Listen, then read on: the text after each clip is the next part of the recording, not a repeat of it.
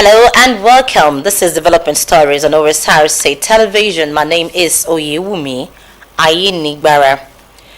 Government workers, banks and schools in the state have resumed work after the public holiday declared last Friday and Monday for the celebration of Eid al-Adha. The federal government had declared June 6 and 9 public holidays for Muslims in the country to mark the 2025 Eid al-Adha. Banks in Akure, the state capital, have opened for transactions as customers were seen going in and out of different financial institutions.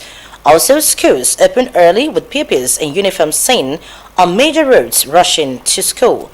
At the state and federal government secretariats, workers were also seen reporting for duties at their various offices as early as 7:30 a.m. There are logjams on major roads as others scamper to return to their duty posts.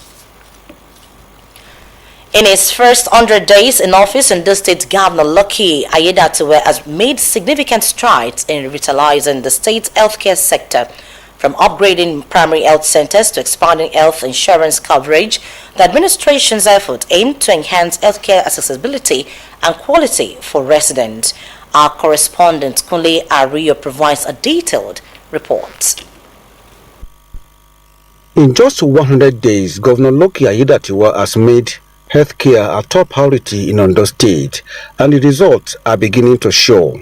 From the dusty parts of rural communities to the corridors of urban medical centers, change is underway.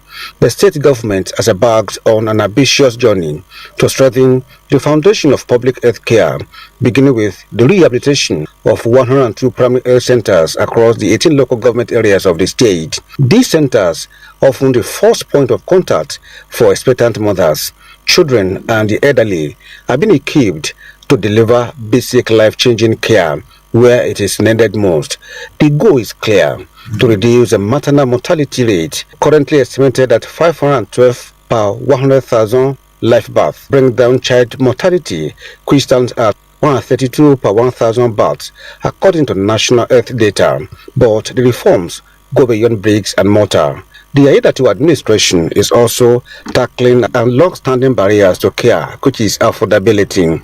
Over 250,000 residents have now been enrolled in the Ondo State Contributory Health Scheme, a growing safety net that ensures more people, particularly the vulnerable, can access care without fear of financial ruins. This is a crucial step in a state where out-of-pocket payments have previously accounted for about 70% of all health spending, often pushing families into poverty.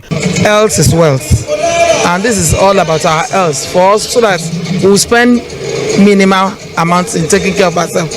I've heard a lot about the program from my government workers that they said is a very beneficial program. Every one of us in Nigeria, not even Nigeria, in the whole world, health is very important. For us to increase productivity and maintain the health status of our people, there is need for this kind of insurance. Access is also about roads and not just policies. That is why the state government recently completed the rehabilitation of the Stadium Hospital Road in Ondo City. Once riddled with potholes and congestion, the 4.3-kilometer road now offers smooth passage to key facilities, including the General Hospital and the University of Medical Sciences Teaching Hospital Complex, which together cater to half a million patients annually. We do so with the hope that no woman will have to fear preventable disease during pregnancy. We hope that no child will inherit a burden that science has already conquered. And we hope that through sustainable partnerships among all levels of government in Nigeria, we will build a healthier and stronger country. With investment, infrastructure, insurance and access, the first 100 days of Governor Lucky Aiyedatiwa's administration have sent a clear signal: the health of the people is non-negotiable. As these projects gain momentum, residents across Ondo State are beginning to see and feel the impact of a government working to put their well-being first. Kunle Ariyo, Osrc News. The federal government has declared Thursday, June 12, 2025, a public holiday to mark this year's Democracy Day celebration. This declaration was made public via a statement by the Minister of Interior Olubunmi Tunjojo, who used the occasion to felicitate Nigerians on the milestone of uninterrupted democratic governance spanning over 2 decades. Dr. Tunjojo further affirmed the Tinubu administration's commitment to the principles of democracy, emphasizing that government remains anchored on the will of the people. He reiterated that the renewed hope agenda of President Bola Tinubu aims to uphold the democratic ideals that allowed citizens to freely determine the country's political, economic, social, and cultural future. Nigeria has been ranked 3rd among the top 10 manufacturing countries in Africa, according to a report by the African Exponent, an analytical business information source for entrepreneurs and potential investors in Africa. A few countries have stood out for hosting the largest manufacturing companies in Africa in the last decade. South Africa tops the list as Africa's most industrialized nation, sequel to its advanced infrastructure, diversified industrial base, and global partnerships, while Egypt is second.